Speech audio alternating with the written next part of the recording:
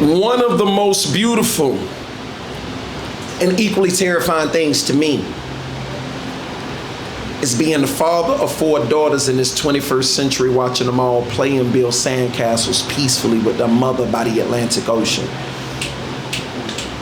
And as much as I love to see how much all of my daughters love to want to give everybody that pass us by an affectionate smile and a hug, is always overshadowed by that dark cloud of reality of how I must readjust the naive nature and use of their trust.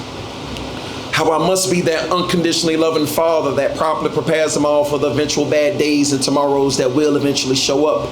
With the many life users and abusers that endlessly hunt and follow us all through the valleys of the good people. Just like the individual shadows that none of us can ever completely get rid of, is exactly why I must maximize their senses. Do everything I can so neither of them ever becomes another senseless victim that any killer, sexual predator, senseless sinner across the globe can ever claim on their bucket list as another successful accomplishment that they've helped become famous for being another sad story. Just like any of the ones described in any city, state, or country's most infamous or heinous cases taken on by their local First 48 or the Special Victims Unit. So my goodness, I need them all to listen and not pretend to play clueless to most, if not all, of the good knowledge that I give them. Because I've already been warned and informed that whether it's 1 thing or 1 million, your children, they will eventually rebel against you on something. So I've been heavily advised to master the life skill and art of extreme meditating and patience to keep my blood pressure from overloading on any of those days that either one of my daughters are ever crazy enough to ever rebel against me or their mother. You see, ladies and gentlemen, I was raised old school.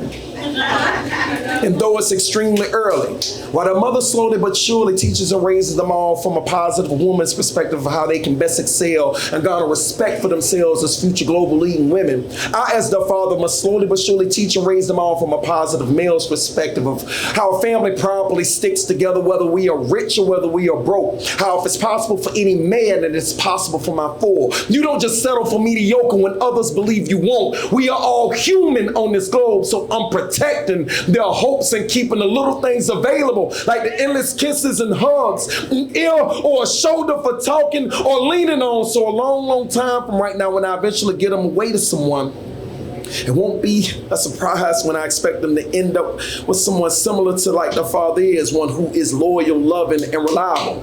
Because they'll know it'll be unwise to end up ambitiously in love with the type of dude I used to be when I was no good, confused, and fucking unreliable. I just wish I could stay in that perfect place, watching my wife and kids play and build those sandcastles by the Atlantic Ocean forever. Instead of having to constantly worry if they all will forgive me wholeheartedly every time that my mood and mannerisms change on them at the same erratic pace that that wind is blowing in every direction coming off of that Atlantic Ocean. Because on the contrary to popular belief, I'm not struggling with having any issues being diagnosed with ADD or being bipolar.